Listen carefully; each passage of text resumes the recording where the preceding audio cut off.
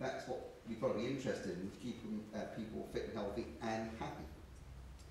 So, approaches, how you go about this, this is, in my opinion, a very simplistic way.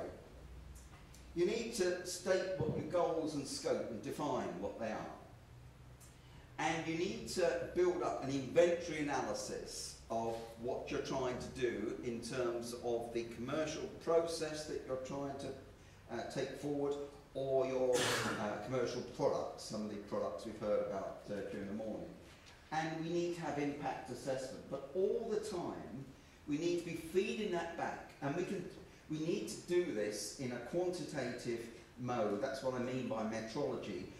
Risk assessment is a pretty well advanced discipline now, so one can start to put facts and figures, and if you're a corporate body trying to do this, you'd actually need quite an interdisciplinary team. I've done some work over the last couple of years with Arab, who have probably about 70 or 80 people in the whole company that have familiarity with what is known.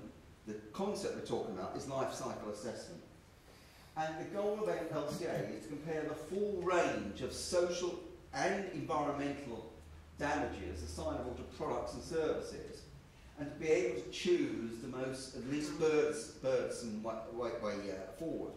So I think LCA is something that should, even with small companies and some of the start-up type organisations we've heard about this morning, if you're going to make progress, you need to actually do some empirical LCA in terms of how, whether you've really got a product there or not. And as I work a little bit with some of the people in the city in recent years, in terms of due diligence, LCA I think becomes a part of that. We need to live with the environmental limits, ensure that we've got a strong, healthy, just society, a sustainable economy. Obviously things got to be economically sound. You making sure that, and I think that's, for us as scientists, engineers, it's perhaps most important, that the sound science is used responsibly and that there's good governance. So in terms of the concept we've had in terms of an Institute for Sustainability, and we've started this from the Thames Gateway, but we look to expand this on an international scale, is to expand, advance the UK's capability to deliver solutions for a sustainable future, and look at forging practical research collaborations and sharing the outcomes, both regionally, nationally and internationally. And that, I think, is totally complementary to the way in which the KTN network is working, and we look forward to having already have good relationships with several of the KTNs.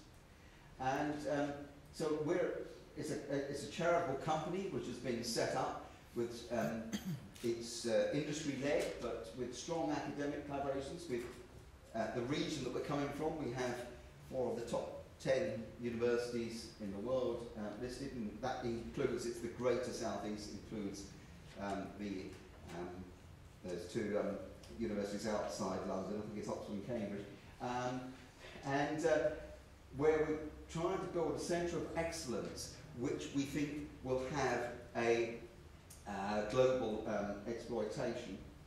And it started, the idea, really, Arab had the idea as they were developing the concept of Dongtan as the world's first eco-city, which is, it's had its problems, but the concept of eco-development in China is big, and that means there's quite big business opportunities.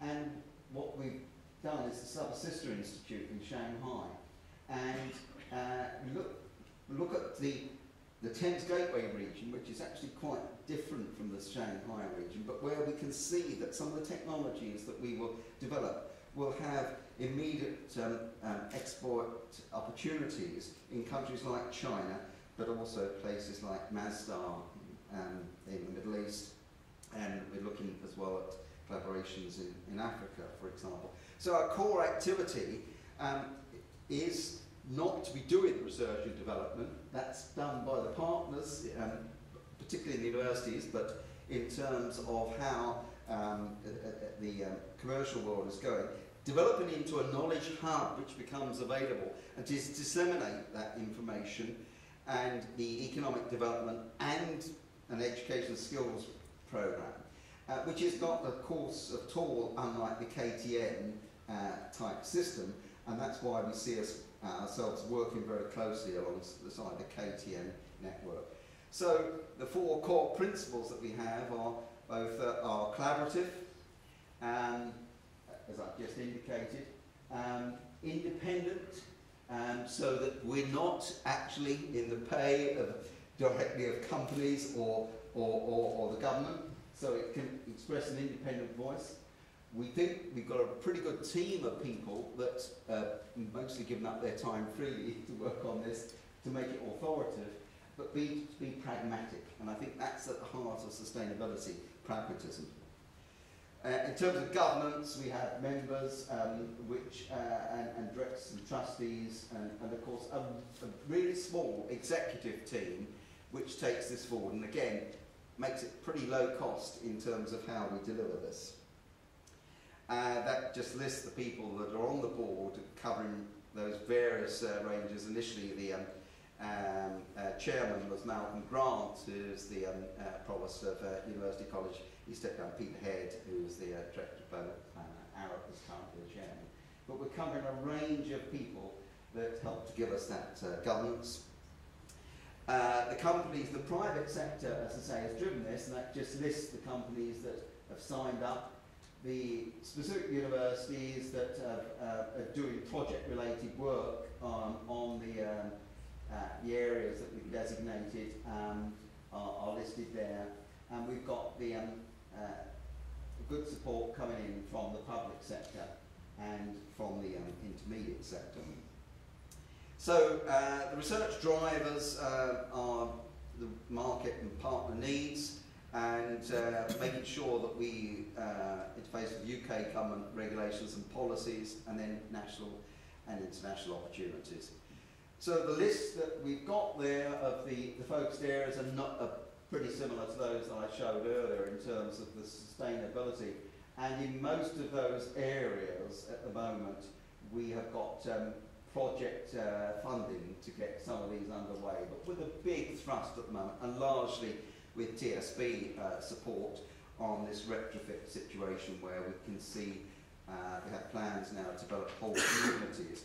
And I think as we move down those routes, I think in terms of the opportunities for the materials sector, the interfacing in that will be really pretty high. And so the way we will do it is by having the strategy and the project facilitation and development, where we think we have a pretty good team, which includes, let me say, I think quite important, the financial sector, both the mainstream investors and venture capitalists. I was with